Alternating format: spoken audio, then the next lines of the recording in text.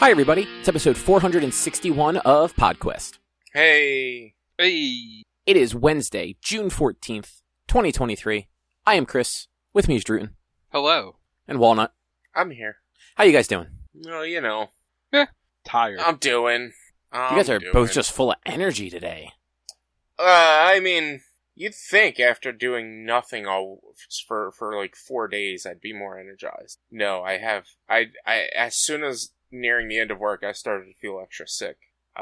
Like nauseous sick or just like tired sick? Nauseous sick, coughing sick, sort of acid reflux sick, but like, I don't know why, because I think I took an antacid today, and I took some what's it called, some Tums, so like, I don't know why. Did you have a banana? I did have a banana earlier today as well. I mean, like, I know why I might be having acid reflux. So I meal prepped bolognese yesterday, but like, it hasn't really been bothering me a lot. I don't know why, like, it feels like it's coming back. So, I don't know. It might have also just been allergies, or it might just be just life being like, nah. Could be a little bit of all of them. Yeah. Life has been really telling me, nah, lately. I did nothing this week. Well, I didn't do nothing, but I felt like I did. You watched a lot this week. Well, yeah, because I was doing nothing, because I was too depressed to do anything. You watched a lot of bad stuff, too. So if you were already depressed, that's... Well, I mean, not really. By a lot of bad stuff, I mean you watched like 7 episodes of The Flash. I think you're right on that. I think it was 7. It might have been... It's either 7 or 9. You definitely watched episode 5, because that was the one you're having trouble with. And there were 13 episodes. So it was 7, because it was episode 5 was the one... Because, like, I started to watch episode 4, then realized, you know what, I think I saw this, and then went to go watch episode 5. Because episode 4 was when they finally reveal who Red Death was. And then 5 was the resolution. God, they fucked it up. Like, I thought it was a shorter season. It is a 13-episode season, so you did watch 9 episodes of The Flash. Mm-hmm. So fucking good on you. That's a lot of The Flash to watch back to back. I did that also. It was not a good time. I will say this was not a good season, or finale season. I will say the finale itself wasn't really all that great. It wasn't terrible, but it wasn't all that great because it felt like they were trying to set up for another fucking season, which they knew they weren't getting. Yeah, and they knew everything was ending. Yeah, I don't get that. And it's one of those, even if when they did this episode, they did not know that like 100% CW was done with that stuff. It's like, read the fucking writing on the wall. Don't even pretend to pitch new stories when you know you're not going to do them, and the CW is definitely not going to do them. Yeah. It was that last bit of the finale made no sense, and it's just like overall the season. I think the season at least was better than last season, marginally, but it was not.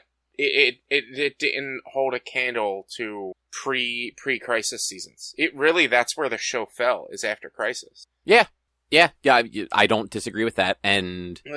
Like, this drove me nuts, for the villain of the Arrow episode to be Bloodwork, or whatever his fucking name. And I was wondering why there were so many of his pops that were out and about over the past few months.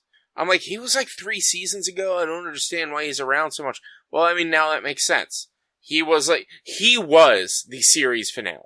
He was the final big bad of the series. I really don't think those last 4 should be... They shouldn't have put those last 4 at the finale.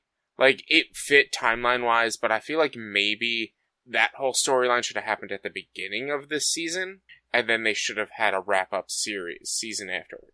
Yeah, and like, you know, like that Arrow episode with the way it ended actually felt more like a finale than the actual finale did. Even though, like, they both ended in very similar ways. Yeah. But yeah, like, I feel like it didn't actually wrap anything up, is the problem. And it's not that, like, Supergirl didn't technically wrap anything up either, because they're all still there doing hero stuff. Yeah. But it was at least, like, there was closure to, like, the characters and, like, what was, like, actively going on. I feel like The Flash, you didn't really get much closure on anything.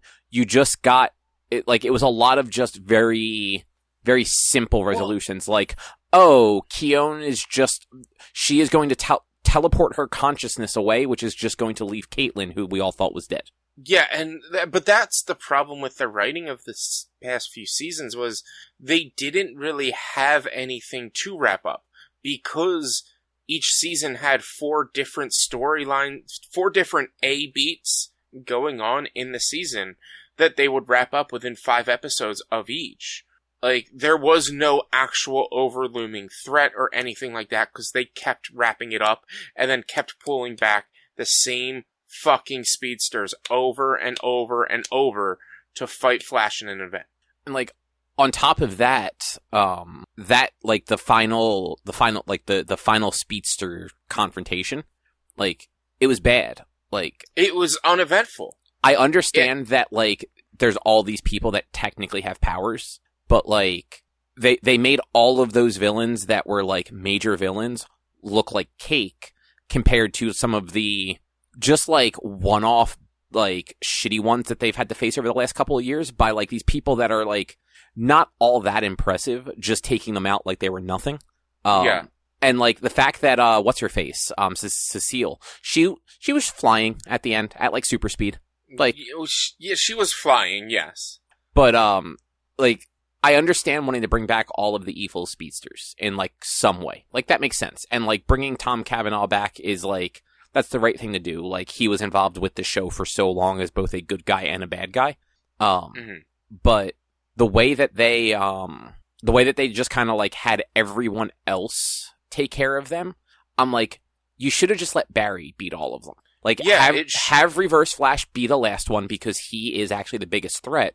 But at this point, Barry is actually faster than every one of them, because he is faster than the seasons that he faced them in.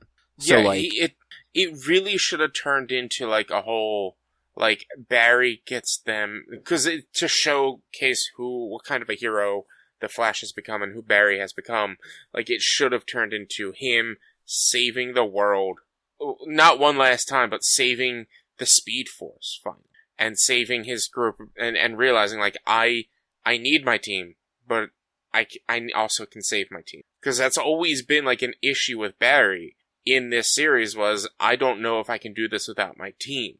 I don't know if I'm good enough without my team. It's like, you're the fastest man alive. You can literally, like, stop time with how fast you are. There's no one who can be as fast as you. We've learned that. You can save the world by yourself. It's just better if you have help.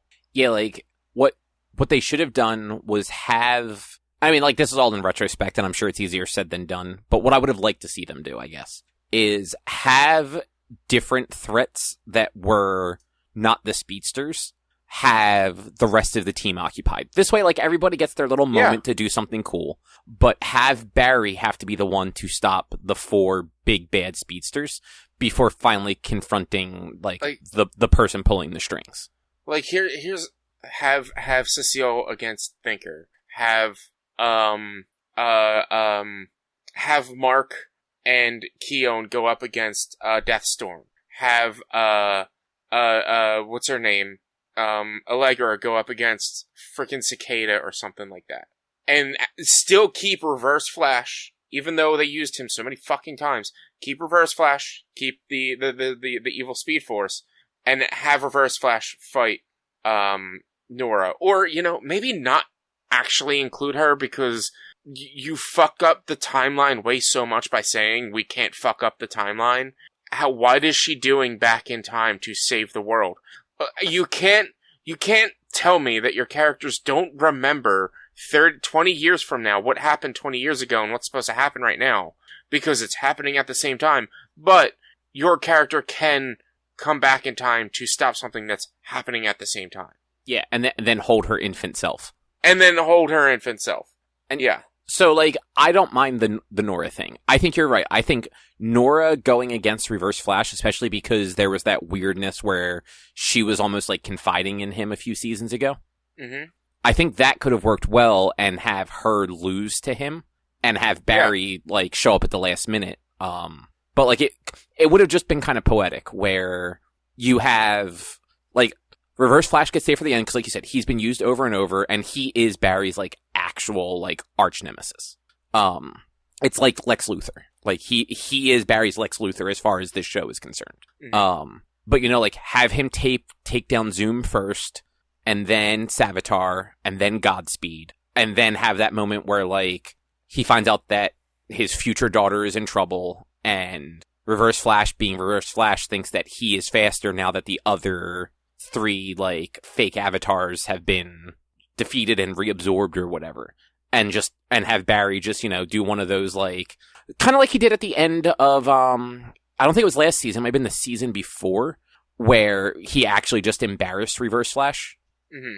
Like, yeah, that was 2 seasons ago, because it was whatever he did it to be able to take the Reverse Flash's speed away and then put him into an upper body.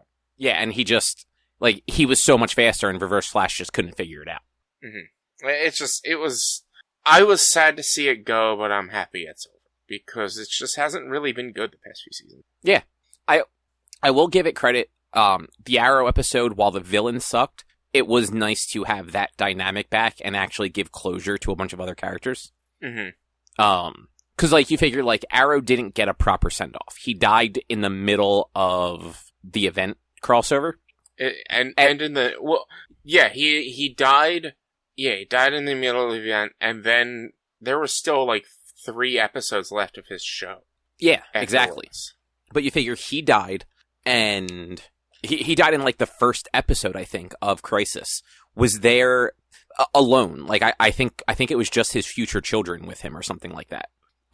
None of the other characters on the show were there. And then he was, like, that weird, like, Spectre for the rest of it. Yeah.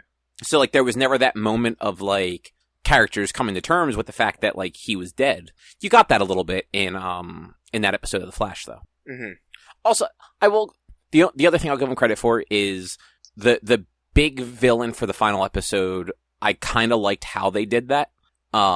Just because, like, it was nice to see that character back again. Yeah, I like how they did that character, or that villain, but again, the way it wrapped up felt like it was wrapping up for a setup of stuff to continue to go on.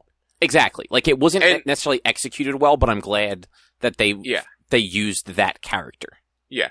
And like you said, like, the character, like, this wasn't a finale in the fact that that the main character dies. It's a finale in the fact that the show ran its course. And so it makes sense for there to be some looming threads, like the idea of what's going on with this final character. It kind of makes sense to have, like, potentially new characters introduced. But if you're writing a finale, you don't do that on the last fucking 5 minutes of the show. You write that maybe at the beginning of the season and deal with the season of these new characters and then wrap it up there. Like, and this is how we live our life from here on out type of thing. And not, well, this is how we're going to live our life with these new characters that don't mean anything to anybody unless you research who fucking Maximilian or whatever his fucking name is and the other 2 characters are. I had to look them up. I was like, who the fuck are those characters? I didn't recognize that the one was from a previous episode from last season. Yeah. But I guess enough bitching about the Flash. What's on the agenda? Summer Game Fest. There's more. It's gonna be Summer Game Fest for like the next hour and a half, and then you guys are gonna quickly talk about Cult of Lamb and Diablo, and that's about it. Don't tell me what we're gonna do. I didn't ask you to do that. You know that's how it's gonna go. Summer Game Fest. There was a lot. It was information overload for the past 4 days. I don't think it was overload. Drew, do you think it was overload?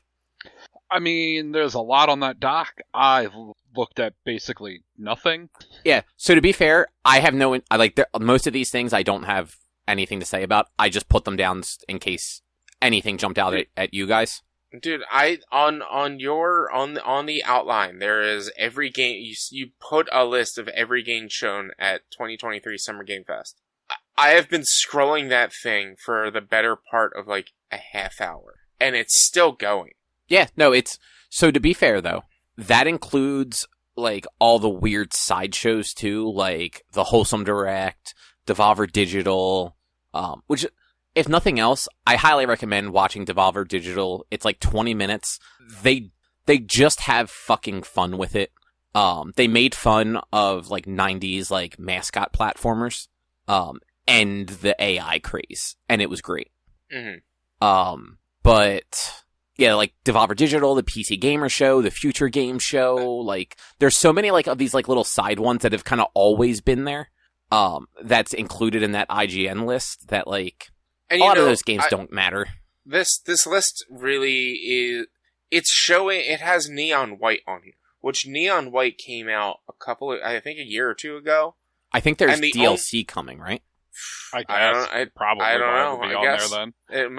But the only thing I can think of that's putting it on there was I was telling you, Cobb, like I was going through. There's a playlist of everything shown at Summer Game Fest, and there was a Annapurna interactive type of like Annapurna Interactive at Summer Game Fest, and they had two or three scenes from Neon White on there, and that was it. Looking at so what it is it's coming to Xbox because it apparently hasn't been on Xbox for the last year that it's been out. So Xbox official Game Pass. It's okay, so it's a Game Pass trailer. Yeah. So that's what it is. Yeah. Like it's that. coming to I'm sorry. Game Pass and Xbox in general. Like it has not been on Xbox. So I personally don't think they should have included that in every game shown. Even though yes, it was shown because it's coming to Game Pass. Dude, but IGN is nothing if not thorough. IGN sucks. They're one of the few places that do like decent like here's just everything that happened at a thing. Yeah, but I also feel like I'm kind of with Walnut here, and they got super lazy, which is like Phasmophobia. Put it in. Phasmo gets a console release window. That's why it's showing on every game. Phasmo's been out on Steam for fucking 5 years. Yeah. So 3 years, but in their defense, that is just the one that shows everything. They have the breakdowns of everything like individually. Yeah. So it's not like they got lazy and they're just like, all right, well, here's just everything we saw this weekend. It's like, no, this is like the amalgamation of all the streams, but we also did all of the individual showcases. Yeah. Which I guess, speaking of the showcases, Thursday last week was the Summer Game Fest showcase, whatever you call it, the Keighley showcase. Mm-hmm. The biggest thing that happened, Nick Cage was there. I mean, was that the biggest thing that happened? I honestly feel like the Final Fantasy VII Rebirth trailer was the biggest thing that happened. No, Nick Cage coming out and being Nick Cage was the biggest thing that happened at that stream. Look, I love Nick Cage, but it's so big you didn't even put it on the list, Cobb. That's because I didn't need the list to remind me. I just know it. Because I was watching and that was one of the videos. It's like, why the fuck was Nick Cage there? He was there for Dead by Daylight. Yeah. Because he's a survivor in Dead by Daylight. But he was so sincerely into it and obviously not reading off of a bad, like, award show script. Mm-hmm. Like, you know how, who was it that was at the Game Awards? Al Pacino was at the Game Awards. And you could tell, like, he had no fucking clue what he was doing there, and he was just reading the teleprompter. Like, Nick Cage came out, and he was just sincerely like, yeah, like, I'm excited to be in video games. I've never gotten to be in a video game before, and I hope to be in more video games. Yeah. And I think he said, like a nephew or a kid or something like that is into Dead by Daylight, so he's like, yeah, this just made sense. Like, but, like, as far as games go, Rich, you are right. Like, the Final Fantasy VII Rebirth trailer is probably the biggest thing. They also confirmed it's early 2024. It just said winter last time. Mm-hmm. Yeah, so it'll be probably like January, February. Yeah. It looks like they're definitely starting that game with like messing with the timeline stuff, kind of like they did at the end of Remake. But we're getting story time. I don't know what they're doing with this because first of all, if you get the physical copy of this game, it's 2 discs. Yeah. Oh, I forgot about that. Yeah. So it's 2 discs if you get a physical copy of the game. So what, like, let's say 100 fucking gigs? Fucking huge. But it's also Square who doesn't know how to compress shit, so there's that. Games are just big now. But games are big. But also, like, they intro that with showing all of the main characters dead. So, like, even though you survive at the very end of the game, did somehow their psyche split and they're dead, but they're still alive? Like, what the fuck is going on? That's why I'm wondering, because if you remember at the end of Remake, there's also actually, I forget now if it was Remake or the Yuffie DLC, where there was the scene of Zack at the end. It was Remake. That was Remake yeah. proper? Mm-hmm. All right. Yeah. I think the very end of the Yuffie DLC was Yuffie running into them on the road, I think, or something like that. I can't remember. No, I remember now. It cut to them, like, hitchhiking, going to Calm. Yeah. So yeah, like it was like Zack walking into Midgar, so like, and like their Midgar seemed normal at that time, so I think I thought that was supposed to be like pre everything happening, like right as Zack was about to die stuff. But yeah, like I have gone on record and saying like I'm over remakes and this, that, and blah blah blah, but this is just a brand new fucking yeah. They are doing enough with this. Yeah, I'm so excited that like it's very much Kingdom Hearts Confusion, but still growing or growing its own story off of and sort of a pseudo sequel to the original Final Fantasy VII. And I can't wait to see where this goes. I am probably going to replay 7 and Yuffie before this comes out. Well, I mean, you got plenty of time. Yeah, I got plenty. 6 months, 7 months, something like that. I've got a lot I want to fucking play because 16 comes out in 2 weeks. There is a demo out for that also, if you guys didn't know. There is. I downloaded it. I'm probably maybe going to play it on Monday on stream. I don't know. I haven't decided what I'm going to do on stream over the next couple of weeks yet. So from what I've heard from a couple places, it's about an hour and a half, 2 hours. It's apparently a lot of cutscene. Well, yeah, it's the beginning of the game because it'll carry over to your next save or to the main game. Okay, I hadn't seen that. I was just giving you a heads up that there's apparently a lot of cutscene and not a lot of gameplay, in case you do it on stream to like be prepared. From what I was told, it's like the beginning of the game, and like you get through it. When you get the game, you can just start from there. So, and most likely, depending on when I do it, because I'm probably not getting it at launch, but most likely when I do get it, I might just start over if it's like more than 2 weeks out. Like, so if I play it on Monday and then I don't play it again for another month, maybe I'll just start from where I ended off. But otherwise, I'd probably just restart anyway because it's an hour and a half. It doesn't matter. I'm just there to play the game and try it out and see how the game plays. Yeah, that's fair. But as far as Rebirth goes, it definitely looks cool. I'm excited for story time because I want to see if they change anything. I want to know what the fuck is going on in this game. I really do. Yeah. Also, nothing like new shown, but Spider-Man is coming in October, which is nice because 2 weeks ago they just said fall, and I'm just like, cool. So you're not giving a date. That means that you guys are not confident that this game is coming out. Yeah. And Mortal Kombat looks cool. It looks like Mortal Kombat. Stop hating good things. I don't do fighters. We've been over this. I'm bad at fighters. I don't play them because I'm bad at them. Like it looks like a fighter. Like I'm not trying to be like negative about it, but like nothing about it blew me away because I don't know anything about the genre. I don't know anything about fighter games in general. I'm just like, all right, it looks like a fighting game. Mortal Kombat's its own genre. I'll agree with you. Mortal Kombat looked fucking awesome. It always looks awesome though. Like Mortal Kombat is pretty spot on with just being good. Yeah, that whole team has just found like a good we know what we're doing. They're not trying to one up like your Street Fighters, your Guilty Gears, Like they're not trying to be main stage at Evo the way a lot of these other games are. Like they're doing the fun shit they've been doing for 30 years. Mm-hmm. And I'm all for it.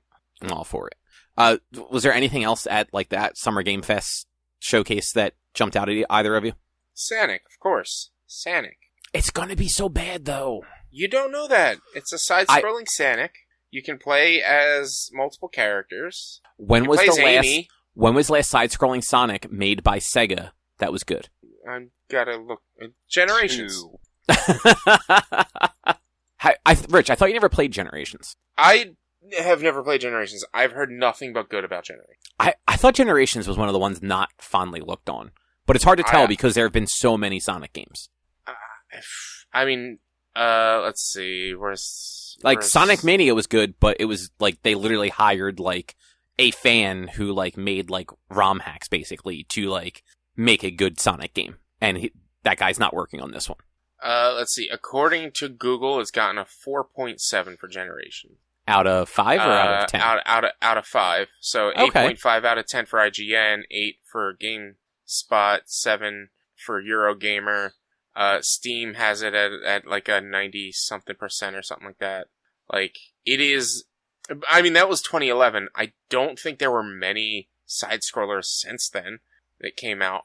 No, actually, probably not, because they were doing a lot of really bad not open world, but like 3D platformers. I will say, like... Forces is like 50-50 side-scroller and 3D, and is fucking awful. Yeah, but that's 100%. Like, this is... Oh, Sonic... it's the last Sonic game Sega made. Was fucking shit. But what's this one? Sonic Superstars is back to the original, like, 2D style. There's no 2D, 3D. Like, it's, like... There definitely was some 3D in there. Was there? Yeah. Alright, let me check. But that 3D looked like it was the bonus levels, not actual levels, if I remember correctly. That's what they showed. That doesn't mean that's the only time 3D is going to happen. I mean, that is true.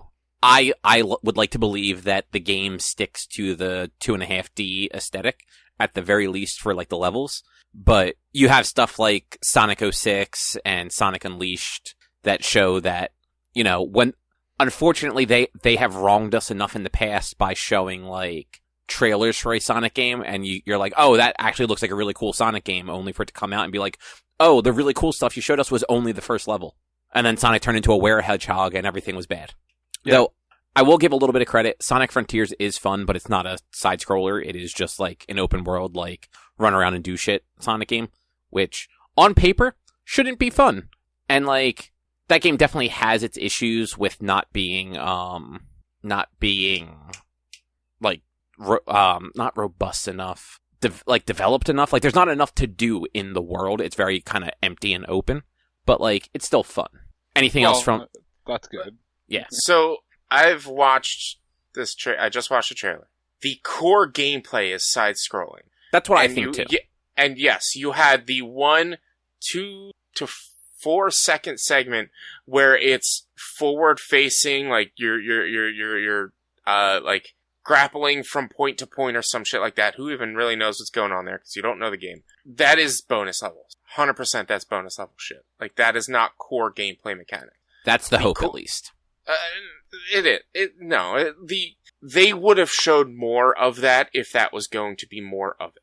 Like, Sonic Forces was straight up back and forth between side-scrolling and behind the camera, like, gameplay, or behind Sonic gameplay. And that was terrible. This is going back to core Sonic ideals with maybe, like, they even got Sonic 1 friggin', bonus worlds, or whatever, Emerald worlds. Like, it's going to be, at its core, a true Sonic side-scroller. I hope you're right. Again, agreed, but the fact that they show the Sonic 1 bonus levels makes me think that 3D area they showed is not bonus levels. I don't know. I am willing to give them benefit of the doubt, but I wouldn't be surprised if they do, as it gets closer to release, like, show, like, other types of gameplay. I hope not, but I wouldn't be surprised. Richie is apparently just more optimistic about Sonic than the rest of us. I mean, I'm trying to be more optimistic than the rest of you is about everything. You know that. But you were less optimistic about us than fucking Mortal Kombat. Mister, Mortal Kombat is a fighting game, guys. Because that's a game I know fuck all about. Like, we know fuck all about this Sonic game too. I know, but he knows about Sonic games. I know about Sonic. That's the point. Like, yeah, I've seen Sonic games. You know about Sonic. Most of them are bad. But it's... most of the 3D Sonic games are bad. Agreed. Sonic games are bad. Most of the 3D Sonic games are bad. Agreed. But so I see what Drew's saying, though. Aren't the majority of Sonic games at this point 3D Sonic games? Also, there are a decent number of bad side-scrolling Sonic games too. Like, Let's not just say, oh, if it's 2D, it's fine, because it's not true. I don't know, Sonic 1, 2, and 3 were good. I've heard 4 good things is about bad. the advanced 4 games. is fucking trash. Okay, that's fair. Weren't the Sonic Advance games pretty good, or am I misremembering? They were just Sonic. They weren't new. There was Colors, Weren't there was they? Generations, which I heard both of those were very good. I've heard, actually, you know what? I have heard I always forget about Colors. Apparently, that's a good one. I think that was like a Wii or Wii U one, right? No, the Wii. I think that came out on both like Wii U and 3DS, and the console one sucked, but the DS one's okay. For which one? Colors. Or, Okay. Like there was, I know one of them had one that came out on like both, but one was actual like 2D, and one was a console Sonic. Yeah, I know there were all the Wii like on rail ones, like the Sonic and the Black Knight, and there was one or two other ones. There was Shadow the Hedgehog. There was Sonic and the Black Knight. There was one more. I can't remember what they're on. Wasn't Shadow the Hedgehog? So I'm trying to remember. Shadow the Hedgehog was like a GameCube, PS2 era game, and it was like a third person action game, right? Not like a Sonic Adventure. Yeah, Sonic. it was like came with guns and shit. And Okay, that's what I thought. I thought it was a little bit on rails. I thought that one was more open, but you might be right. I know that one is older than the Wii games. I remember it on the shelf at GameStop because no one would ever buy it. Mm-hmm. Anyway, do you guys want to move on to the Xbox stuff? Sure. I liked the Xbox one. They showed Fable, but they gave no date, so fuck Fable. I am annoyed with the internet with complaining about that the main character looks ugly. Yeah, like that's stupid. Like come on now. It's a video game. The teeth look bad in video games. Let's be real. But like those character models, like for both like what I assume is going to be the player character and like the bad guy that looks like that is the guy from IT Crowd. Like those were good character models other than the teeth. Like video game characters shouldn't do like full teeth smiles because video game teeth look bad. It's just did either of you look at the South of Midnight trailer? Nope. No. It had this like cool like Louisiana like bayou feel to it. There's like a skeleton zombie man playing like a guitar on like a dock in a swamp. It had this like, it wasn't stop motion obviously because it's a game, but it almost looked like the characters were like stop motion characters. Like the whole thing just had a very cool aesthetic.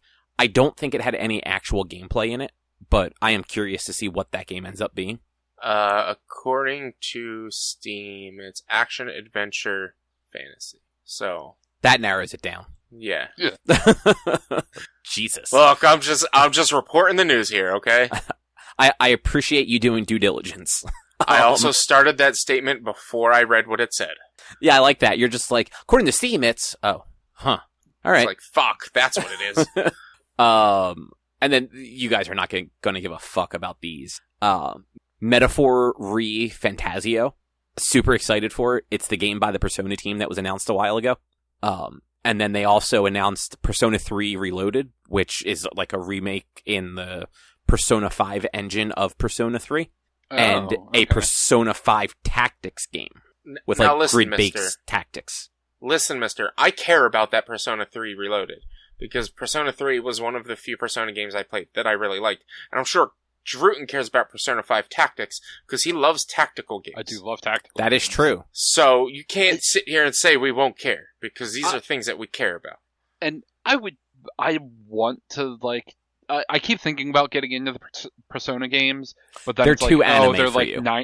I don't know. It's less that. It's more that it's like 70 hours, and I'm like, no. I mean, that too. They are very long, but I also feel like they are just too anime for you to like really get into. I think, and I mean, correct me if I'm wrong, Drew, if you don't agree with me, I think more the issue with you getting into these games, not as much the anime-ness, is like the lack of linearness to these games, where it's, alright, there are going to be days in-game where you are not doing any sort of RPG, well, you're doing character-building RPG elements, you're doing going on dates and hanging out with friends that aren't necessarily going to be story building. They're just character building. And I think that's part of what might push you away from it. I mean, you may have just sold Drew on it. All I've ever heard is positive stuff about Persona. Like, again, for me, it's just okay, it's gonna be fucking 60 hours. And yeah, I would say... Well, I mean, you spent 3 days at concerts so far this year. Take one of those away. Well, all 3 of them away. You know what I'm saying. Again, like, it's that time commitment. And I mean, and Cobb, you can probably correct me on this, is I'm imagining the first 5 to 10 hours are a fucking slog with, like, building up the characters. Persona 5, yes. Persona 5 has a very long tutorial. It is probably, your first time through it is probably, at least 5 hours. And then it, like, they're very much JRPGs where, like, after every dungeon, basically, you'll get, like, a new character on your team. And I don't know about 3, because I haven't played 3. That's why I'm excited for the remake, because the re-releases were the weird, PSP, like, visual novel ones. So I didn't jump into that. But, 4 has a similar, like, after each major dungeon, like, you get a new character for your potential parties. But at least 4 Golden was a little more streamlined. I feel like there's still, like, that, like, introductory period and everything, but the first dungeon is much shorter, than the first dungeon in Persona 5. And I feel like that one just kind of dumps you into it a little bit quicker. Okay. I would, like, legitimately, because you have Switches at your place, getting Persona 4 Golden for the Switch, fantastic idea. That game is meant to be played in handheld. Yeah, that might be a thing. Although, like, I fucking barely ever turn on the Switch Lite that I've inherited, essentially, so... But that would help with getting through, like, 60 RPGs. Yeah, I would, like, as much... I think Persona 5, in a lot of ways, is the better game. It's the more interesting setting, there's more stuff to do, the dungeons are... So, Persona 3 and 4, definitely 4, and I believe 3, I should say, are, like, procedurally generated dungeons. So, sometimes you go onto a floor and it's just like a straight run. Other times there's a lot of looping and stuff like that. The enemies are all, they're all just these, like, kind of like amorphous blobs and stuff like that, that you can run up and attack quickly. 5, all dungeons are different. There's, like, different themes to every dungeon. There's different puzzles to do. You can leave the dungeons and come back to them, whereas in 4, they will, like, depending how far you leave, they will reset themselves.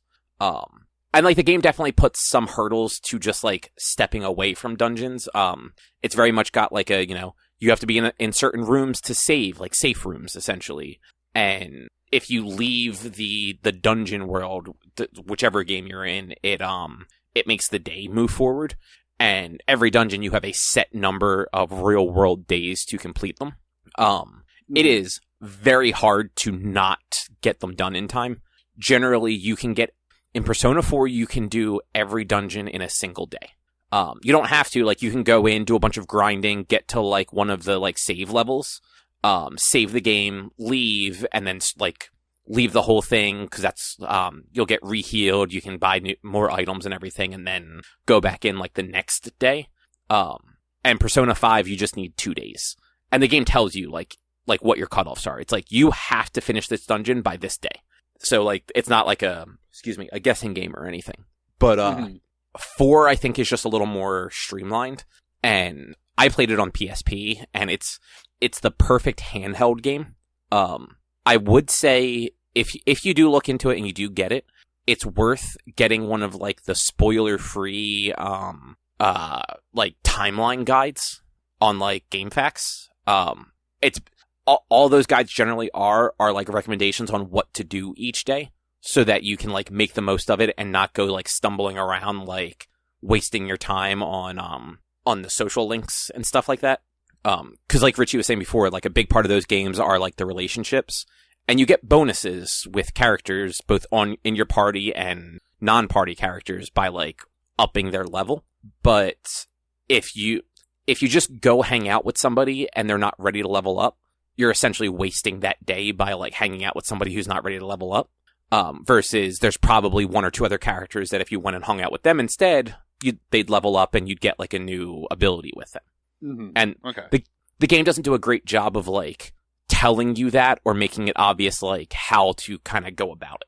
But I love those games, and the tactics game looks cool as shit. The Persona 5 Tactics, they're all like little chibi versions of themselves, and it's grid based. I'm excited for that one. Yeah. And then there's the fucking Like a Dragon Infinite. Like, I feel like the Xbox One was like just back to back things that I like. So Like Dragon Infinite is Yakuza 8. It was a very like cliche Ichiban wakes up on the beach naked and doesn't realize he's naked, and they're doing like that thing where like he's moving around and they're just keeping different items in front of him so that like they don't have to like make it an X-rated game. But like characters are just like reacting to like this random dude walking around completely naked on the beach. One dude laying on the beach just says something like, "Yeah, man, let it hang out." Like, what the fuck are you doing? I'm excited for that one. That's sometime next year too. But Rich, what did you think about City Skylines 2?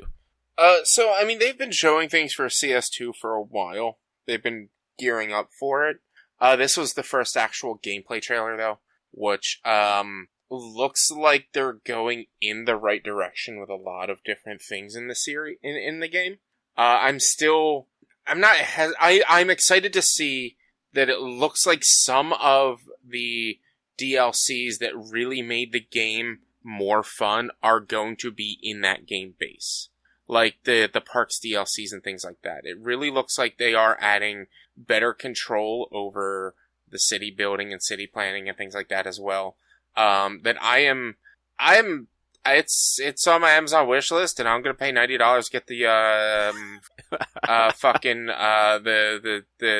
the what's it called pass, the expansion pass. Once I can. So I didn't look into this anymore because like they're not my sort of games. They did announce it was coming to Game Pass. Do you know if it's coming with everything to PC Game Pass so that you don't have to spend $90?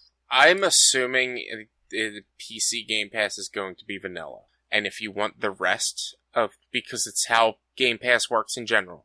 That's true. If you want anything beyond the base game, besides any free updates that might come to the base game, you need to pay for. So it's going to be more easily moddable on stream or on Steam, which is why I'm just going to get it on my PC on Steam. And I'm hold on. I might need to get more RAM. I think you only have 16. Yeah, requirements for recommended gameplay is 16 gigs of RAM. So I'm going to need to get more RAM. See, I told you should have gone for the 32. I mean, I didn't need it until now, and that's fine. I can just get two more RAM, 8 always need more RAM. Do you have 4 RAM slots? I do, yes, but and you're only using 2 right now. I'm only using 2 right now, but it also looks like the RAM sticks that I have are a little too big. Oh right, I forgot you have those fucking glow in the dark bullshit ones. I hate them so much. Yeah. So like I'm gonna need to get more RAM to play this game properly. But like from what I'm seeing, a lot of the community is happy about what they showed. A lot of like the big Let's Play players are happy with what they showed. The game looks to be a lot more technical, but also potentially maybe a lot more user friendly. One thing that they didn't have in the base game, which was really good when mods had it, was like you could know the distance of how big of a road you're making, whereas like when you're playing vanilla game, you just kind of have to guess how big, like make sure you're making it right. Whereas like, oh no, I can actually have my thing show me 500 feet or whatever. And I didn't catch that. I did space out a little bit during that video. Yeah, they show you angle width, they show you angles, they show you a bunch of different things. It looks like the infographics and the info bars are going to be a lot more in detail. I just want to know what pollution's going to look, because that is the one thing I hate about City Skylines is if you have a polluted area, say like you have an industrial park where a lot of factories are, and there's air pollution, it also becomes ground pollution. And you can't have trees, you can't have any like good like shrubbery or anything, because it's all dead trees in that area. which is not how the world actually fucking works. And, like, there are mods to get rid of that, but I want that just base in game to not look like that. I want that to be vanilla. But I'm super excited for it. I think it looks very good. I am potentially going to need to upgrade my PC a little bit just to make sure I can play it properly because, I mean, I'm sure my graphics card is fine. You have like a 3060, right? I have a 3060 and they're recommended as a 2080 Ti. Yes, your graphics should be fine. But it's like my RAM, and it makes sense that it needs a lot of RAM. My RAM's going to need to be upgraded big time. So, to be fair, like, at work, when we quote, like, computers, we will not quote a computer with less than 16 gigs of memory. Mm-hmm. And that's just for regular, like, office work. Because Windows will use up 8 gigs just by being fucking Windows. Yeah. So, yeah. More RAM. Always more RAM. Just splurge a little bit. Get 256 gigs. You'll never run out. Yeah, pretty much. I mean, I'll probably just get I don't know if they make 16 gig sticks, but I'll probably just get 2 16 gig sticks. They do. That's what I have. Yeah, and I'll probably just do that, and you shouldn't need more than fucking 32 gigs of RAM. But I'll have to talk with you guys. Talk with you and Eric. You've got 4 slots. I'm just saying, why not 4 16 gig sticks? You don't need 64 gigs of RAM. Says who? You don't. You don't right now, but in like a year. Yeah. I mean, 2023 Richie doesn't need it. 2026 Richie probably does. I mean, 2026 Richie's going to need a new PC. Not if you have 64 gigs of memory. I mean, he's going to at least need a new graphics card at that point. Yeah, but those things are easy to get. They've never been hard to get. And then probably on top of that, because he'll need a new graphics card, he'll probably need a new processor, which means he'll probably need a new motherboard. So he'll just need a new PC by then. You can't tell me I'm wrong about this. I can. I'm willing to. I mean, look, 64 gigs of RAM is only like $130. Yeah, but that's $130. I mean, I have until November, I believe. October to get it. So I have a while to get it, but it's also $90 on the game that I need to get. But well, that's down the line. I'm excited for City Skylines 2. It looks like what they've given us in the end game stuff of City Skylines is most of it, or a good portion of it, is going to be in CS2. And I'm like, all right, this is they're hopefully going in the right direction. I mean, that's ideal, right? You want them to make it good. Yeah, I don't. This is going to sound dumb because I know it's a game company trying to make money, but I don't want this to be a cash grab like I felt like the end of City Skylines was. They've had, like, new expansion DLC stuff for City Skylines, like, every 4 to 6 months for the past 2 years. And the game's been out since, I don't remember when City Skylines came out. I think, like, 2018? It's older than that, isn't it? Hold on, I'm looking it up. 2015 is when City Skylines came out. And I thought it was actually even older than that. They have a boatload of content. 62 things of content on Steam. A lot of it might be like different radio packs, totaling $395, almost $400 of DLC content for City Skylines. But it felt like over the past 2 years that I've really been playing, 2 to 3 years I've been playing and paying attention and watching other people play, that like we're getting new content like every 3 to 4 months, and it's more paid content. It's more and more paid content, which is like, great, you're still supporting it, and I'm happy. But to announce City Skylines 2, but still have at least 1 or 2 paid packs left before City Skylines 1 is over and you already have your sequel announced, that to me was like a kick in the teeth. Like, should I buy this? Should I buy the Plazas of Promenade pack, which came out in September, when your new game comes out a year after? And there's a bunch of new content that recently released, that I don't even have, which is like the Africa pack, the India pack, the Brooklyn pack, financial districts, like a bunch of new content, which is $100 worth of content, according to Steam, that I don't have, give or take. Yeah, individual price of 19 items you don't already have, $107. Yeah, man, that's so discount. Expensive. $100 of content that they have. Some of it's old, Some of it is older. But like, so one of them was 2019. It's a K-pop station. I don't care about that. Radio station. I don't care about that. And then the rest of it, December of 2020, December, March of this year.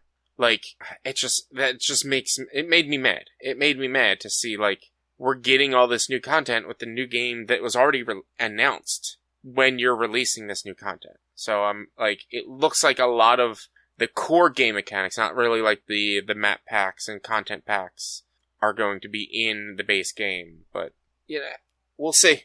Like, I am 50-50 on if I do want to get and I probably will get the $100 bundle just to have like the DLC from the first 2 expansion DLCs. But like, maybe I will play it on Game Pass first to see just to how like check it out, to see how it is, to see if it is worth the $100 before I put it down. That's a good idea. Yeah. Especially if like you get to it and it's like, oh, like this is not different enough from the first game. Yeah. I'm going to wait for like one of those like crazy Steam sales where the $100 worth of content is $17. Exactly. Like, and it's like, cause I bought City Skylines twice cause I had it for free on PlayStation. And then before I got my new PC, I purchased all the DLC that was available at the time on PlayStation because it was on sale. I don't remember how much I paid for it. And then I got my new PC, and then I purchased City Skylines and all of the DLC up to that point for another like $150. And so I was like, alright, I bought this game. I spent like $300 on this game. I only put 50 hours into the PC version, which pisses me off. I thought I put more, but I haven't really played it in a while. Yeah, you were playing it for quite a while there, weren't you? Shameless plug, on my YouTube last week, I posted a video where I went through all of my cities on my PlayStation. All of my old cities from when I started playing back in 2020 when COVID hit. Because it was free on PlayStation. Do you keep that stuff? You've always said that like games like that, you just like you restart them whenever you step away for a while. I do. I start a new city. Doesn't mean I delete the old ones. Oh, honestly, I assumed you did. That means I would have to actively go into the save and delete the cities. No, I just click new city and start and go. And so, it posted last week. It was stream highlights of me going through my old cities from my PlayStation. And just like getting super happy and excited about the cities I built and reminiscing about some of these things. So yeah, I did put a lot of time into it on PlayStation, and then I started putting a lot of time into it on stream and on my PC. And just, I don't know, at some point I stopped doing like sim games on Sundays, because I wanted to play a bunch of other shit, and I just haven't really had a lot of time to go back to City Skylines. Plus, with the announcement of the sequel and with all of the DLC coming out, it made me feel like it wasn't worth playing. Which, like, that's totally valid. But do you guys want to talk about Ubisoft a little bit? Well, hold on. One last thing. Was there something I missed on the thing? They announced Fallout 76 new content area, and it's fucking Atlantic City. Oh, I didn't notice that. I also, again, like some of those games like that, I think they showed Forza, like, I sort of just, like, glass over when it gets to those games. Fair. But yeah, Atlantic City. They also had, like, a big trailer for Starfield that I watched a little bit of. They had a separate stream for it directly after that was, like, 40 minutes. I mean, it looks like a Bethesda game. Like, if you like Bethesda games, you're probably going to like this. I have a lot of people. A second. Oh. I've been seeing a lot of people look very excited for Starfield. But back on the Fallout 76, fucking Atlantic City. That's great. That's fantastic. I can't remember where is 76 in? I can't remember West the Virginia. region. Well, that's right. So like, didn't to me it use the West Virginia song in the trailer? Or am I making that up? Yeah. I'm pretty sure they did. Which to me, like, that's also then weird. And it's like, we're going to Atlanta. That's a long distance off. I mean, they went from Washington, D.C. to Pittsburgh on Fallout 3. So, like... Did they go to Pittsburgh? Yeah. I'm pretty sure... What DLC was it? The Pit. It's either the first or second one for Fallout 3. I don't remember. Because I know they went to somewhere in Maryland. Yeah. But yeah, the Pit in Pittsburgh. I guess that makes sense. The pitch. Ozzy believe the it Travel was the second Post-Uplifting DLC. Remains of Pittsburgh. Yeah, wow, I did not realize that. I only did Point Lookout, which was in Maryland for that, because I had the Game of the Year edition, which had it all, but I cannot stick to those games as much as I love them. I forgot that you had actually dipped into that one. Like Drew, you also played it a little bit, right? Yeah, I've played a little of 76. It's fine. Yeah, it was. I wouldn't mind playing it more, but I don't want to play with people. That's my biggest problem. And so in order to not play with people, it is a monthly fee. I understand that feeling. And so it's like, all right, well, that means I have to pay the $10 a month or whatever. And then like you can then play with your friends, which I have no problem playing with my friends. It's playing with randos that I don't want. Right. Like you can then play with your friends, but they can then only play with you unless they are also paying the $10 a month fee. And so like it's kind of like, all right, well, how do we do this? Like it kind of sucks. It kind of sucks. The game itself is fun. I enjoyed it. I also only spent like $3 on it and played it for like 15 hours, so I got more than my money's worth for that, in my opinion. And I've thought about trying to go. Literally, I just guessed, and I went into my Steam. 15 hours, 15.3 hours. And honestly, like stuff like that, like if you feel like you got your money's worth, then like you got your money's worth. Yeah. And in my opinion, the most of the Fallout 76 stuff, like the great thing about Fallout 76 is most of the add-on content is free. If not all of the add-on content was free. I didn't realize that. True. Yeah. So like any expansions that they've had, like they have the Pit Recruitment Bundle, Faction Respond, which apparently I don't have, and Appalachia Starter Bundle, which they're bundles, which they're cosmetics and stuff like that, I think. So like that was like some of the better things about Fallout 76 is like all of their add-on content, all of their DLCs is all free. Like as long as you have the game, you can play everything that they have. And so okay. Me paying $2 for the game, because that was they made that change after a while. At one point there was paid DLCs, but then after a certain DLC came out, they just bundled it all into one. If you get this DLC, you have everything, or something like that. I can't 100% remember how it worked. Well, I think it's just the content is all just in the game now. But all those bundle things you're mentioning are like exclusive cosmetic stuff, and then probably some like packs of the level up card things and whatnot. Yeah, that's like all it is. So like shit. So the Atlantic City thing is going to, if you own 76, which most of us do because it was free on PS Plus, or no, yes. Yep. It was free on Epic as well. Well, maybe both, but it was definitely free on PS Plus a couple months ago. Yeah. So you get all of that for free. I wonder if I actually redeemed that one. I probably did. I can't imagine I skipped it just because I know, like, I don't like the Fallout games. Oh no, Fallout 76 was not on Epic. But they had the Fallout 1, 2, and Tactics bundle. Yeah. Oh yeah, I did redeem that one. I'm not going to play it, but it's in my library on PlayStation. Anything else about Fallout 76 or the Xbox showcase? Nope. I don't think so. I don't recall hearing much from the Xbox showcase besides what we've already talked about. Yeah, I mean, like, they had Keanu again for some Cyberpunk DLC. Yeah. And then, like I said, they had like a 45 minute Starfield thing afterwards that I didn't watch because no interest. But, yeah, you know, that is a thing. Ubisoft did have some interesting looking stuff. That Prince of Persia game looks fucking cool. I'm excited for Prince of Persia. It looks like it's more of like maybe a Metroidvania style type game. The side-scrolling combat and play style looks amazing. Yeah. Apparently, so it was at the Days of Play or whatever they call it, the actual like event after the showcases where like the media gets to go try games, and apparently like it was actually super cool. So yeah, Prince of Persia: The Lost Crown. Way more excited for that than I ever was for the Sands of Time remake. Because it looks fucking cool. The art style looks cool. The gameplay is neat. Like the combat, it seems like it just adds a whole bunch of stuff. Like you've got some of the timey stuff. I don't know if you noticed in the trailer, like there's one point where they like drop like a time point or something like that behind like a wall that moves, and then lets the wall come back towards them, and then like zips to that spot that they like marked, so they could get past a wall with spikes on it. Mm-hmm.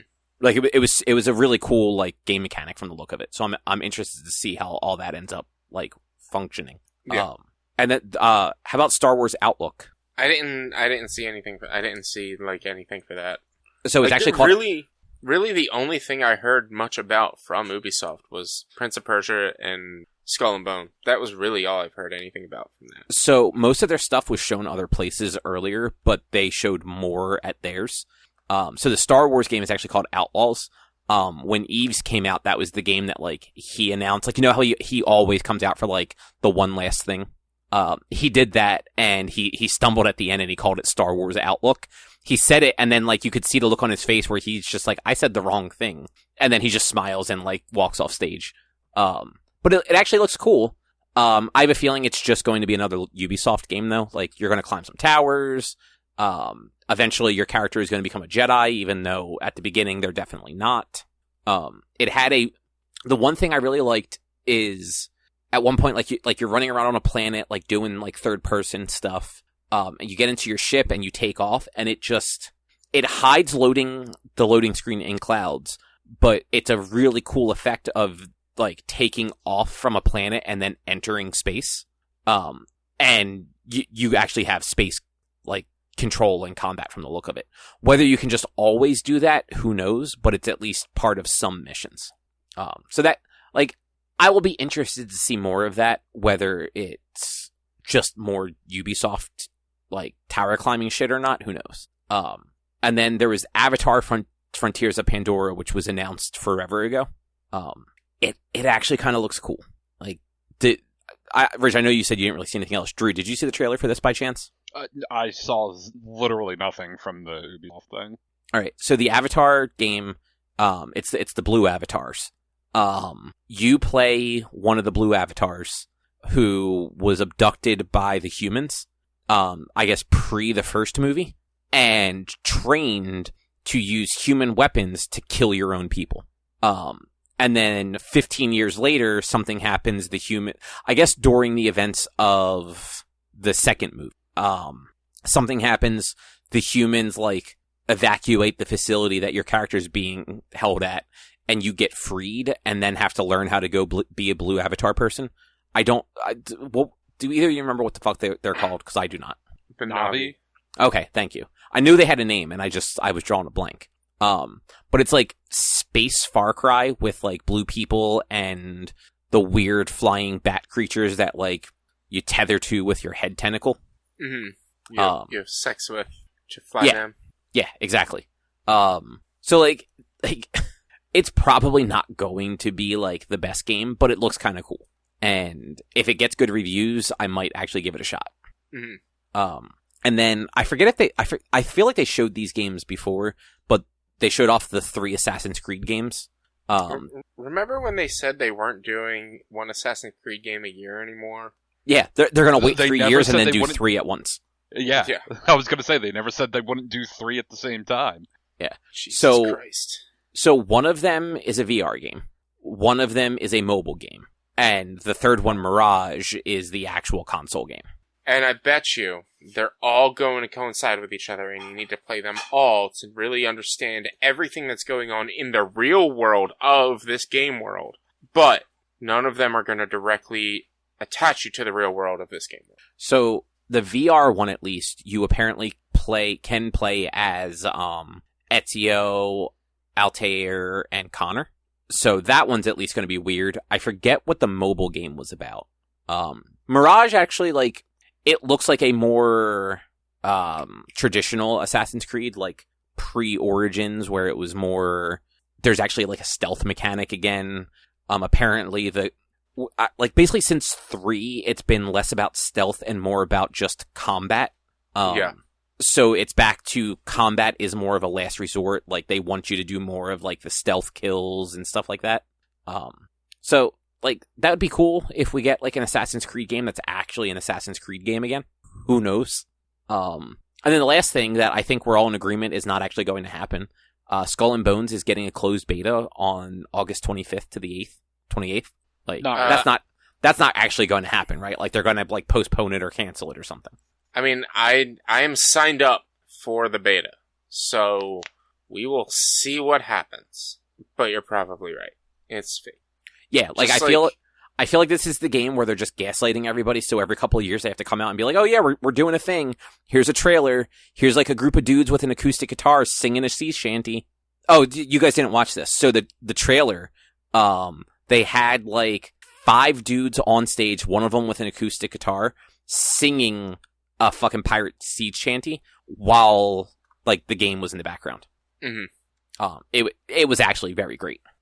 This is just like the day before where people have been saying that this is a fake game. It's not going to happen. We finally got the day before stuff for it. Yeah, like exactly. Actual trailer stuff. Finally got actual trailer stuff for the day before, which I don't understand why people think this game is fake. I don't get it, but okay. And they still, even with just getting new trailers and stuff for it, they still sit there and say, "Yeah, this game's not real," and it's not funny. Yeah, no, that tracks. I also did sign up for the Skull and Bones thing just in case it does happen. I went out of my way to use 3 different email addresses just so I could sign up for all 3 platforms to give myself the most chance. Yeah, I should sign up for the PlayStation on a different email address. Yeah, like I did like to put a period in my email address to create a new account to sign up. Like, mm-hmm. I figured like, hey, I have all 3 possible platforms. Maybe I'll get one of them. If I get all 3, that'd be fucking hilarious.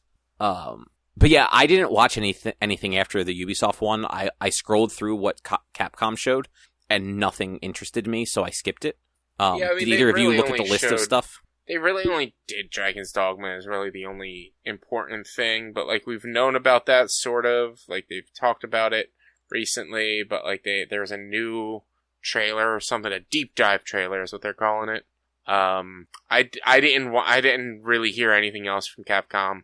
You know me, I'm a Capcom guy, and there was no Monster Hunter or there's Resident no Evil. Monster Hunter, there was no Resident Evil. There's Mega Man X Dive Offline, which is like a free to play mobile PC game. I don't really know anything about it. It's a mobile game that for like 30 seconds I was like, oh, that'll be cool, and then like, oh, it's a mobile game, never fucking mind. Yeah, like they had more Exo Primal stuff, which just give me fucking Dino Crisis. I don't want Exo Primal. I want Dino Crisis. Well, you're getting Exo Primal. I probably will, because it's dinosaurs. But I want. See, Dino I didn't Crisis. even mean it like that. But yes, you're right. You will just do it anyway. We'll see. I remember hating on it because it was a fucking horde shooter with dinosaurs. But like I do want to. I'm like maybe it'll be good. Probably not, but maybe because you're in a mech suit fighting hordes of dinosaurs. But yeah, it seemed like Capcom didn't really have much unless like you were specifically looking, unless you're a specific fan of certain things. Like there's a new Apollo Justice coming out. Well, it's another remake trilogy. Yeah, so it doesn't even really matter. I mean, it matters in the sense that like I do like those games and I never played the Apollo Justice ones, but like it's not something where it's like, oh, here's some more new Ace Attorney games. Mm-hmm. Other than that there was, like I said, there were the other streams. Nothing really jumped out at any of them for me. I will say the Wholesome Games one is always kind of like a pleasure to watch. They just show a bunch of games that look like they could be fun for, 3 to 5 hours. Or if you're like Erica, like 100 to 7,000. So we watched that one. That one was on Saturday at 12. It was like an hour long, if I remember correctly. She said that she noted at least 11 games that she wants to like keep an eye out for, which is more games than I noted from any of the other things put together. Yeah. So there's that. But yeah, I guess that was all the Summer Games Fest stuff, or at least the stuff worth talking about. Mm-hmm. What is next? Drew, do you want to talk about Diablo first? Yeah, sure. I could talk about Diablo. I finished the campaign. Story is pretty good. Definitely set up for more DLC. Will there be more Diablo? What do you mean by more? So I don't know how much Diablo is in Diablo 4, but will there be more Diablo? Are we too early for spoilers or not? Probably. You kill Diablo at the end of Diablo 4. Don't even go with that. Alright, spoilers for the next 30 seconds. Ready? Wait, can I just... So yeah, spoilers for Diablo 4. Let me, because I don't actually care about the story. Like, let me just mark the time real quick. 01, 20, 34... It's let me Diablo guess. 4. You kill Diablo at the end of Diablo 4. No, you don't let me need guess. to spoilers that. Let me guess. Rich, shut up. You don't like these games. You actually you kill Diablo in Act 3. You kill Lilith in Act 4. You don't kill Diablo at all in this game. Oh, do you partner with him? Do you guys become like the dream team? Nope. What the fuck? Diablo is not in this game at all. Then it can't be called Diablo. We have to rename it to Lilith.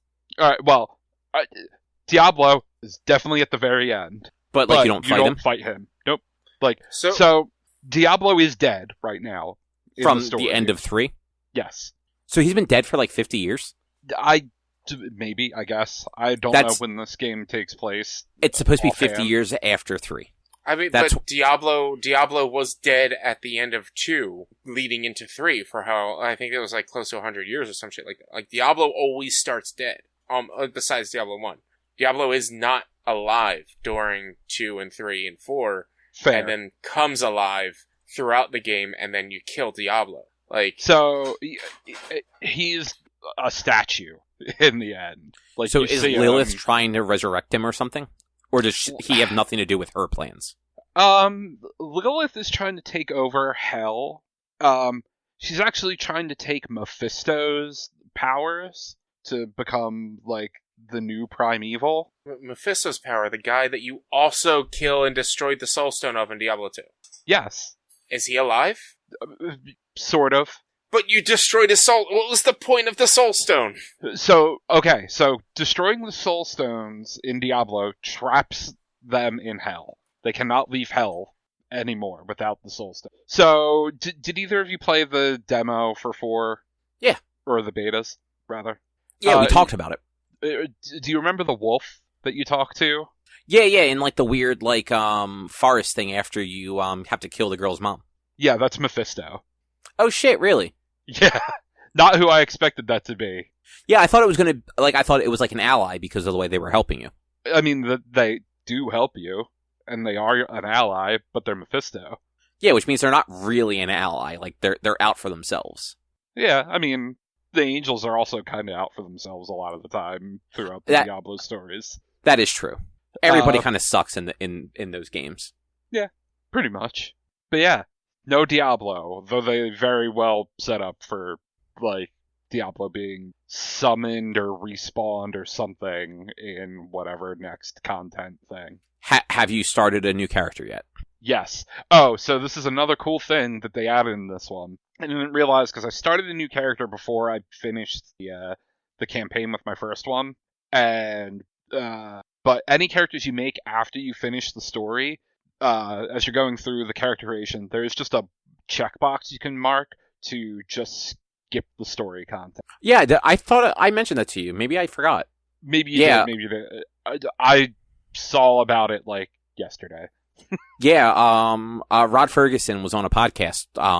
It was either right after the game launched or right before, and he said that it's set up so that once you've done it once, you can just basically turn off all the story content and just play through the dungeons. And anything that you unlock should stay not your class stuff, because obviously you have to unlock your abilities as you play, but the mounts. Once you unlock the mounts, you will have them across characters.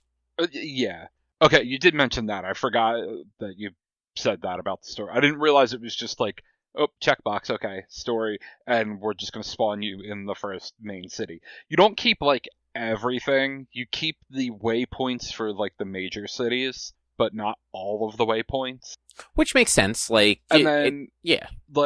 renown system has, the 2 sets of bonuses you get as you hit each level, and so there's the character-specific, which is an amount of gold and bonus XP, and then there's the cross characters that you just have to unlock once, which are bonus skill points, more potion capacity, Paragon points, etc.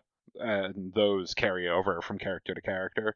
So now mainly I'm like going through with my character, the rogue that I finished the story with, and trying to just max out all the renown things so I can just start new characters with a whole bunch of skill points and whatnot. Okay. My main complaint is that they straddled the line between the Diablo 2 and Diablo 3 skill sets and itemization, and I think that was a terrible idea. Like, I think the skill tree is stupid and they shouldn't have done a skill tree. Yeah, I was not loving that when I was playing the betas. Like yeah. It's not a bad skill tree per se, but it I don't know, something was off about it. So the skill tree is fine. Like, it's fine, it's whatever. My problem with it is that they then kept the uniques and whatnot the way Diablo 3 had them, where they give like random bonus attributes to different skills. And with having to reset a whole bunch of skill points if you find an item that sounds like it has something cool for a specific skill you're not using, is just like, it's not hard, but it's way slower than just pulling up the skill list and going assign to skill button 2 or whatever. Right. Yeah, you know what? Like, yeah, I do remember some of that stuff not being great. I did like the potions, though. I mean, that's how it, or just like the healing potion. Yeah, just how, I don't remember them being that easy to, like, regain, basically, in 3, but it's also been a long time since I played 3. Yeah, no, that's how they were in 3. Alright. The last time I played Diablo was 2, when the 2 Resurrected, or whatever they called it, was coming out. So, like, that is my last memory of potions. Yeah, no, that's way more annoying than how 3 handles them. Yeah, just being able to have, you just have 4 potions all the time, and everyone drops them. Even the fucking boss, like the lady's mom, like potions were just dropping all the fucking time. So I actually don't know if you noticed that potions don't drop all the time off bosses. They drop at very specific points on their health bar. I didn't, because I only played that one boss fight. If you ever decide to play later, if you look at the boss health bars, there will be like little triangle tick marks on there, and once their health gets below each one, you know that's when potion. Oh, now, that's cool. If they spawn other monsters, I guess they probably have a random chance at dropping health potion, but you will know exactly when a boss will drop health potion. That is cool, though. I like that. Mm-hmm. That is a game I will probably get eventually. Because I don't play online or play with people, like, it's not a game that I felt super compelled to get right away. Mostly because I want to get Final Fantasy first. And fair. I'd rather I'm going to get Final Fantasy when that comes out, and then I'll probably get Diablo, later on, if I see it on sale or something like that, for sure. Mm-hmm. But I do like myself a Diablo. Yeah, it was pretty good. Nice. Anything else you want to say about it? No, I think that pretty much covers it. Cool. Well, I played, I started playing Cult of the Lamb. I don't know if either of you guys have checked that out at all. I haven't. Sarah played a fuckload of it, though. It is... Sorry, Rich, go ahead. I've seen people play it in the past. It was super big back when it first came out, especially on stream, because there's a lot of stream integration on it. Yeah, I can understand that. But, I never really paid a lot of attention to it. I think you might like it because you like the two styles of games that it kind of is. Mm-hmm. It's part like dungeon crawler, and part sim, like building simulation deal. Yeah. So you're a lamb and you get sacrificed and you come back, or a god brings you back as his avatar on Earth, as he needs you to convert people to his cult to re-empower him. So the whole point of the game is you are out there battling the 3 heads of this religion who worship different gods, and have weird powers and stuff like that, who are also trying to have you murdered, while you're also recruiting people to your cult. And I know as you get into it, you can do some goofy stuff with your cult members. You can sacrifice them if they're being non-believers and stuff like that. I haven't gotten that far yet. Right now, I have a church, I have an altar, I have a cooking station, and I have 6 sleeping bags. And apparently, sleeping bags just will randomly break. The actual language it used, I believe, is collapsed, and I did not understand how a sleeping bag was able to collapse. Yeah, no. I have a little farm too. All I can grow right now are berries, and none of my cult members know how to farm. So, but it has that very like Stardew-esque thing where as you get more resources, you can build things that will both help to automate stuff and also give your cult members more ability to like do different things. So like as you go on, you can actually get like access to mines and forests that you can send your cult members into to gather like wood and stone and which are the two like big things you need for building and creating stuff. And then anytime you go off into like the dungeon crawly portion of it, you collect all that stuff as you defeat enemies and like break things open and whatnot. It's fun though, and for the most part, the cult members are like mostly self-sufficient. Like it's not like The Sims where you have to tell them when to go poop. You just have to make sure that there's food available, and that there are places for them to sleep. Otherwise, they'll lose faith in you, and they'll also get hungry and stuff like that. They will just shit wherever they feel like it. So the one thing you have to make sure of is to go around and clean that up, or that does make them lose faith. And apparently can also make them sick and die. Haven't had that happen yet, but I'm told it's possible. I enjoyed it a lot more than I thought I would, though. It was one of those, I turned on the Steam Deck and I was just kind of like scrolling through games, and Erica, had gotten it and started playing it quite a while ago. And she really liked it, but she's super into those games. And nothing jumped out at me, so I'm just like, you know what, I'll try this. Like, I'm curious what this is like. And I ended up playing for like 3 or 4 hours, I think, and just had a lot of fun with just like how kind of goofy it is. I'm trying to think if there was anything else like interesting that I was able to do. Oh, one of my cultists, he comes up to me at one point and he's like, hey, if we're low on food, you can just have us eat shitty grass. It's not good, but we can do it and survive. And then it gives me a quest where like that cultist wants me to make him eat a shitty bowl of cooked grass. So like, it's funny though. I do that. I cook the grass for him. He eats that.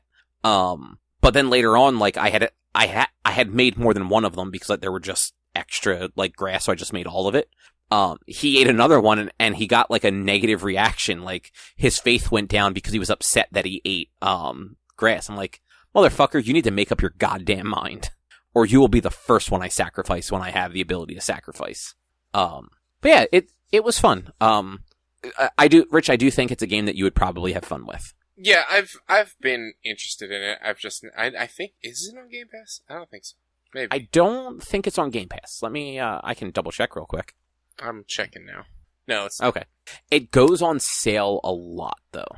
Yeah, Mm-hmm. and I didn't realize it wasn't on my wish list. I mean, it's on sale right now, $30 for the game and the DLC. I don't know That's if right. They DLC did just comes have with. DLC. If it's gameplay DLC, I'll get it. But if it's not, and it's just includes 7-piece decoration every charm game as well as 5 exclusive. Nah, who gives a shit? Yeah. If you look, there might be like one of those third-party like legit sites that also has it on sale. Like I know Fanatical had like a bunch of stuff on. Fuck, I meant to buy. Fanatical had Ghostwire Tokyo for PC as a validated Steam Deck game for like $12. Mm-hmm. And there's a couple of really good Humble Bundles going on. You know, like I used to really like watch the Humble Bundles, but fewer and fewer times do they have anything in there that like I would end up playing. Also, I have 3 different fucking Diablo IV ads right now. Like, the Facebook window I have open for our chat, like, is on a fucking Diablo IV ad. I just saw another one on my phone, and I just got a fucking email from Blizzard telling me that Diablo IV is waiting. What so the fuck? They currently have Pixel Pride, which is a Pride-based Humble Bundle that goes on for till the end of the month, or for another 14 days. Boyfriend Dungeon and Celeste are on there. The rest of them I don't really know, but it's $12 for Boyfriend Dungeon and Celeste, and I heard both of those games are great. Yeah, Boyfriend Dungeon is on Game Pass, and I own Celeste already. So, like, for me, doesn't make sense, but, like, Celeste is well worth $12. You will hate it. Yeah. but it's a fantastic game. And then they have a Metroidvania bundle, which I'm probably going to get. It's done in 7 days, which has Hollow Knight, which I already have on... I don't know if I actually already have it on Steam. I know I own it elsewhere. PFH. I don't own it on Steam, so I can then own it on Steam. Rain World, Blasphemous, Bloodstained, Lost Ruins, Lone Fungus, Haiku. It's a bunch of Metroidvanias that I'm like, I've heard good things about Blasphemous, and I love Hollow Knight, and that one also is like only like what was it, $15 for all of those. So like, there's some good humble bundles going on right now. Well, that's cool. It's always nice when there's like stuff like that floating around. But yeah, so Cult of the Lamb though, cute, fun. I'm probably going to play a little bit more of it. Those games don't hook me the way that like I know like Rich they'll hook you or they hook Erica, so I definitely won't get like a big cult or anything crazy going on, but I think it's very well done. It's enjoyable. Graphically, it looks really nice. I haven't had the sound turned on, so I don't know what the music's like, but with everything else the game has going, I imagine it's really good music too. So yeah, Cult of the Lamb. It's like a year old, but it's still very good. That might be it. Do you guys have anything else you want to talk about? No. I have something dumb and quick. Okay. It's not important. It doesn't matter. That's why it's like I didn't even think to talk about it until until like just a few seconds ago.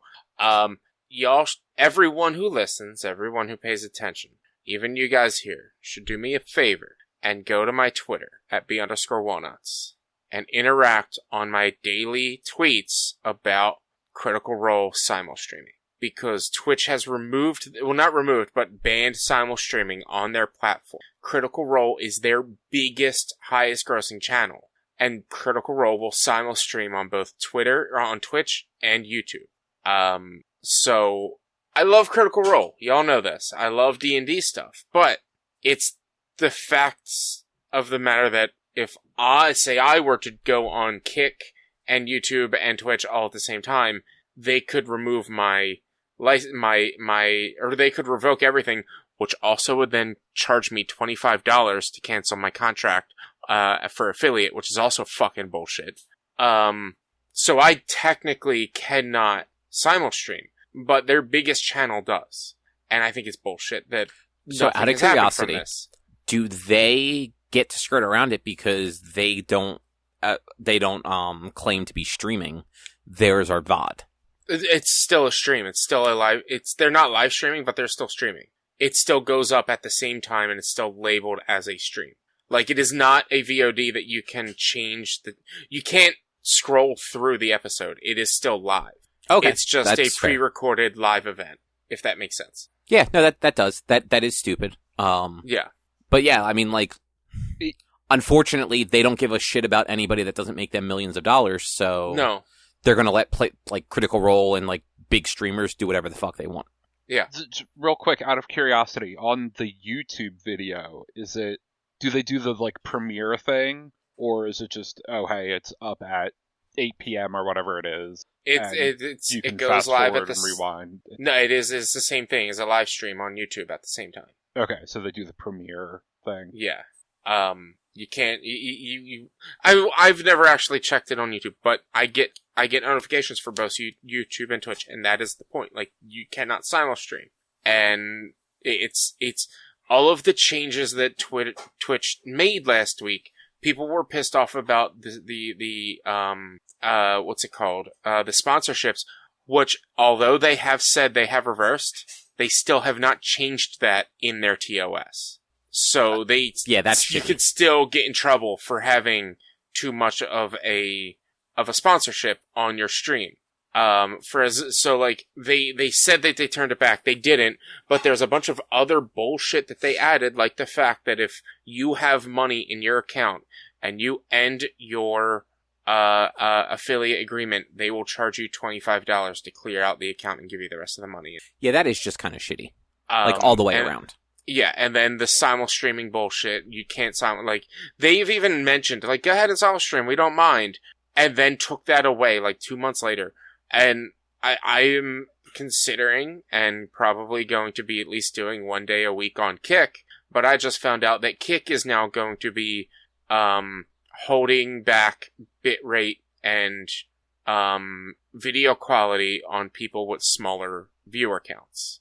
Oh, that sucks. So, and their only response to it was really get good. It's like, well, the best thing you could do is just have higher viewers.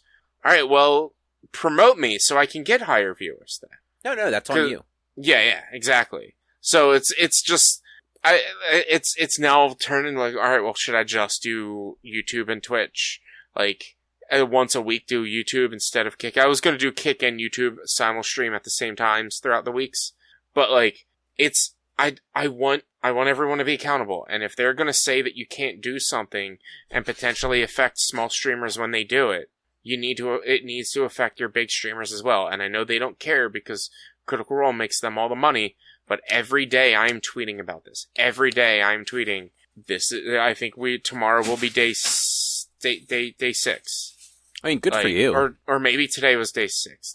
I can't remember, but I'm like day whatever of trying to figure out what's going on. And I know tomorrow's Thursday, so at 8 o'clock at night, when I get a notification that they went live on both YouTube and Twitch this time, I will screenshot those notifications and post it on Friday morning. Like, this is now a week where I'm trying to get Twitch to be accountable for their actions.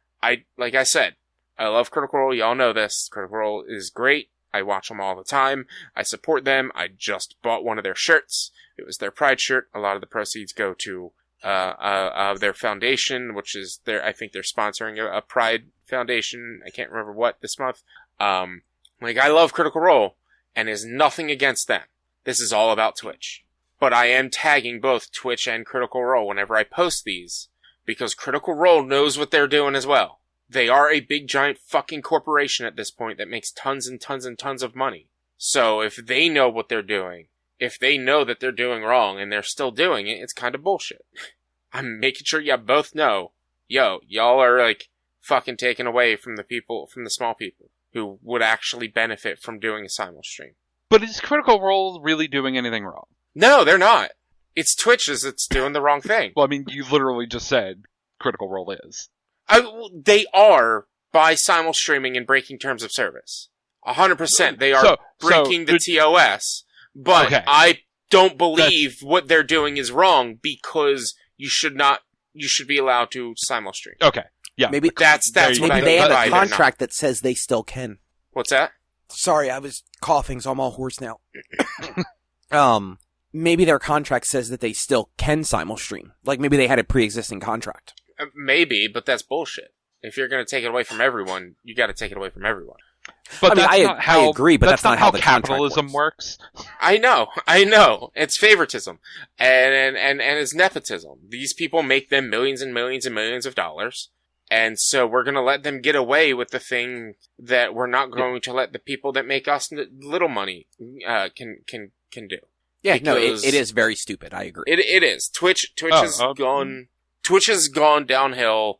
Worse. It feels like every 6 to 8 months, they announce something different in terms of service.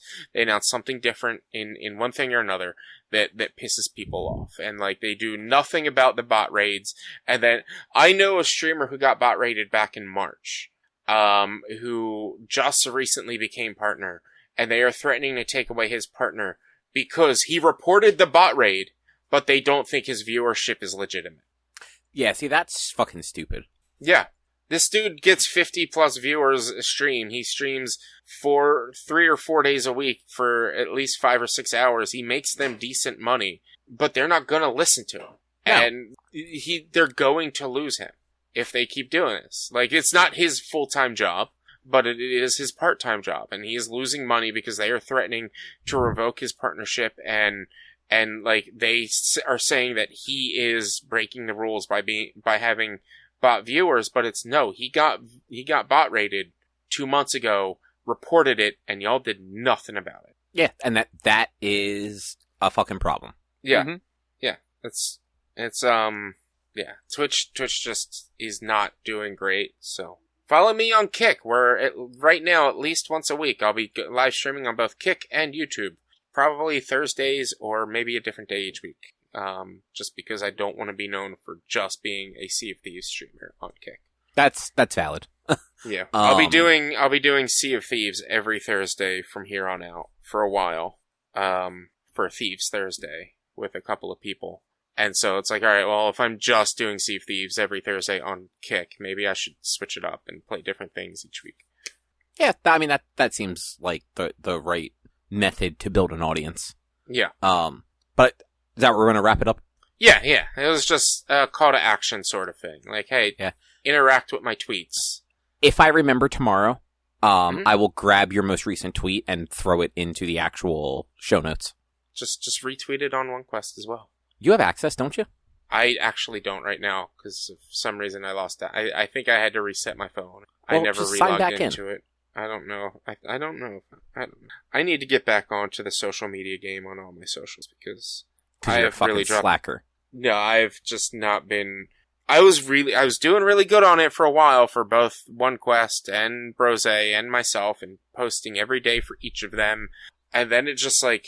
I started doing video, like, shorts and stuff for my shit, and not having the time to do other things, but, like, realizing that there's not a lot of interactions in the things I'm doing on the other ones, so, like, I kind of got discouraged and need to figure out different ways, because what I was doing wasn't really working. Social media is dumb, and yeah, you're right, it is hard, because, especially when it comes to Brose, where we're not really talking about, viral things at the moment, so we can't really jump into viral conversations. We could, but we can't. Yeah, no, I get you. But with all of that said, next week is our next book club, which will be Face Off, so that should be fun. And you can always find more of our content over at www.one-quest.com.